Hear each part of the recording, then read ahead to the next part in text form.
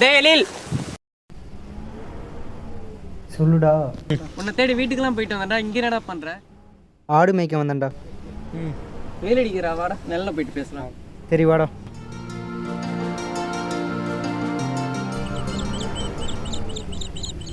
சரி, அப்புறம் என்ன பண்ணுற? லீவ்லாம் எப்படி போகுது? சொல்கிறதுக்கு ஒன்றும் இல்லைடா, வேலையே சரியாக இருக்குது. சரி, என்னை தேடிட்டு ஏன் இவ்வளோ தூரம் வந்த? முக்கியமான விஷயம், நமக்கு ரிசல்ட் வந்துச்சு இல்லைடா? ஸ்கூலில் நீ தான்டா ஃபஸ்ட் மார்க்கு. அடுத்து என்னடா பண்ண போகிற? தானே நானும் அப்பாவும் ஆசைப்பட்ட மாதிரி இன்ஜினியர் தான்டா சேர போகிறேன். நீ நினச்ச மாதிரி நல்ல மார்க் எடுத்துட்ட. உனக்கு நல்ல காலேஜில் சீட் கிடைக்கும்டா. நீ எந்த காலேஜில் சேர போகிற? எங்கே சேர்றது, எப்படி சேர்றதுன்னு எனக்கு இதை பற்றி தெரிலடா. எங்கள் ஊரில் தெரிஞ்சன்னு ஒருத்தர் இருக்கார், அவர்கிட்ட தான் நான் இதை பற்றி கேட்கணும். இனிமேல் தான் அவர்கிட்ட போய் கேட்க போகிறேன்.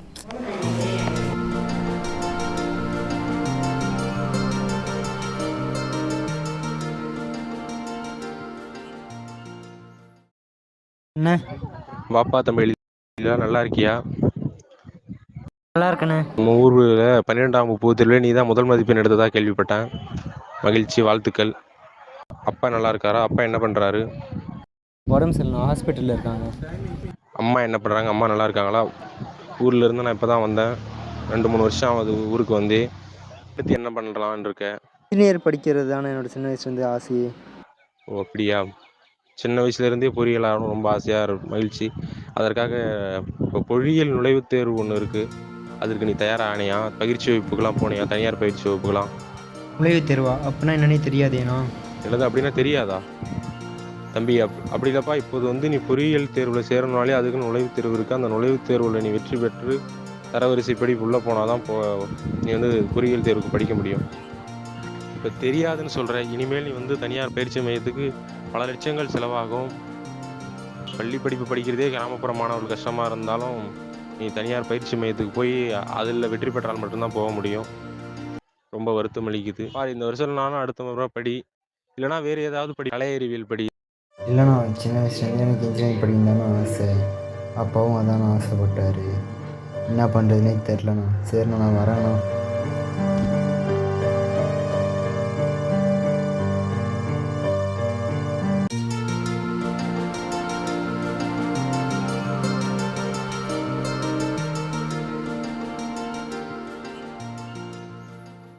டே நிதிஷ்.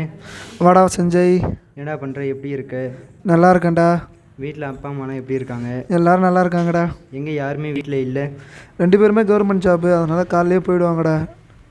நீ எப்படி இருக்க?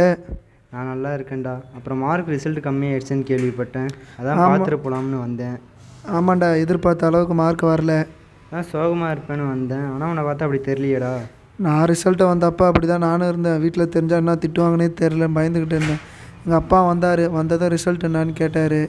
இதேமாரி சொன்னேன்ப்பா. சரி, அடுத்தது என்னடா பண்ண போகிறேன்னு கேட்டார். அடுத்தது நான் இன்ஜினியரிங் படிக்கலான்னு ஆசைப்பட்டேன்ப்பா அப்படின்னு சொன்னேன். அவர் எதுவும் கோவப்படல. அவர் சரி ஊரா பார்த்துக்கலாம், இன்ஜினியரிங் போகணுன்னா என்ட்ரன்ஸ் எக்ஸாம் மட்டும் எழுதுனா போகுதுன்னு சொன்னார். அது ஒரு சென்னையில் ஏதோ நல்ல கோச்சிங் சென்டர் இருக்கா, அங்கே சேர்த்து வரேன்னு சொல்லியிருக்காரா. சும்மா என்ட்ரன்ஸ் எக்ஸாமில் ஜஸ்ட்டு பாஸ் ஆனால் கூட அப்பா சீட்டு வாங்கி கொடுத்துட்டு வர்றேன் நல்ல காலேஜில். சென்னையில் ஏதோ நல்ல கோச்சிங் சென்டர் இருக்கான், அங்கே தான் சேர்க்குறேன்னு சொல்லியிருக்காரு. சரி, அப்போ உனக்கு மேற்படிப்புக்கு எந்த பிரச்சனையும் இல்லை? ஆமாண்டா, என்ன கொஞ்சம் காசு தான் செலவாகும், அப்பா பார்த்துப்பாடுறா. அப்போ சரிடா. சரி, நான் போயிட்டு வரேன், எனக்கு டைம் ஆகுது. சரிடா, பார்த்து போடா.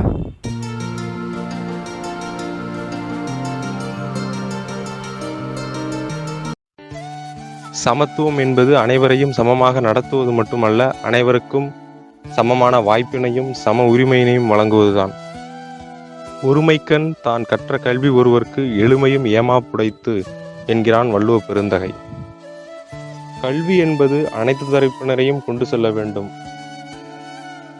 அவ்வாறு அந்த கல்வியினை கொண்டு செல்வதற்கு தடையாக இருந்த பொறியியல் நுழைவுத் தேர்வினை அனந்த கிருஷ்ணன் தலைமையிலான குழு அமைத்து அதனை 2006ஆம் ஆண்டு ரத்து செய்து பள்ளி இறுதி படிப்பான 12ஆம் வகுப்பு பொதுத் தேர்வு மதிப்பெண்ணின் அடிப்படையில் கலந்தாய்வின் மூலம் ஏழை எளிய கிராமப்புற மாணவர்களையும் பொறியியல் படிப்பில் சேர அவருடைய கனவு நினைவாக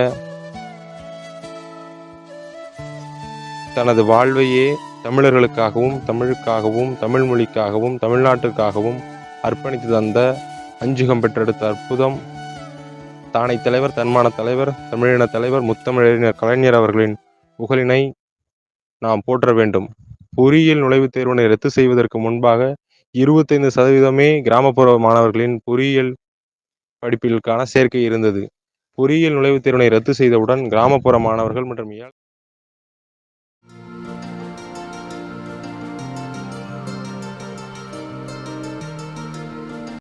எப்படி நண்பா இருக்க?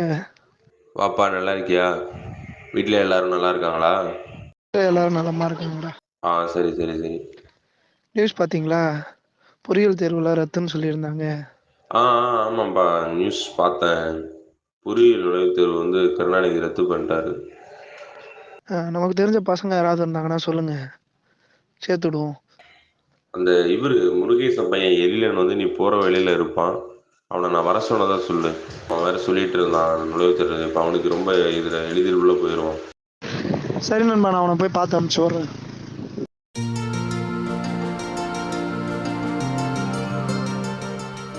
அண்ணா வாப்பா தம்பி எழில், நல்லா இருக்கியா? நல்லா இருக்கண்ணே. வீட்டில் எல்லாரும் நல்லா இருக்காங்களா? நல்லா இருக்காங்கண்ணே. என்ன பண்ணிட்டு இருக்க? ரயில் வேலை தானே பார்த்துட்ருக்கேன். சரி, ஒரு நல்ல செய்தி சொல்ல தான் உன்னை அழைச்சேன். பொறியியல் படிப்புக்கான நுழைவுத் தேர்வினை தமிழக முதல்வர் முத்தமிழ் அறிஞர் ஐயா கலைஞர் அவர்கள் தற்போது ரத்து செஞ்சிருக்காரு. இதன் மூலயமா 12ஆம் வகுப்பு பொதுத் தேர்வில் எடுத்த மதிப்பெண் மூலயமா கலந்தாய்வு மூலயமா நீங்கள் பொறியியல் படிப்பில் சேரலாம்.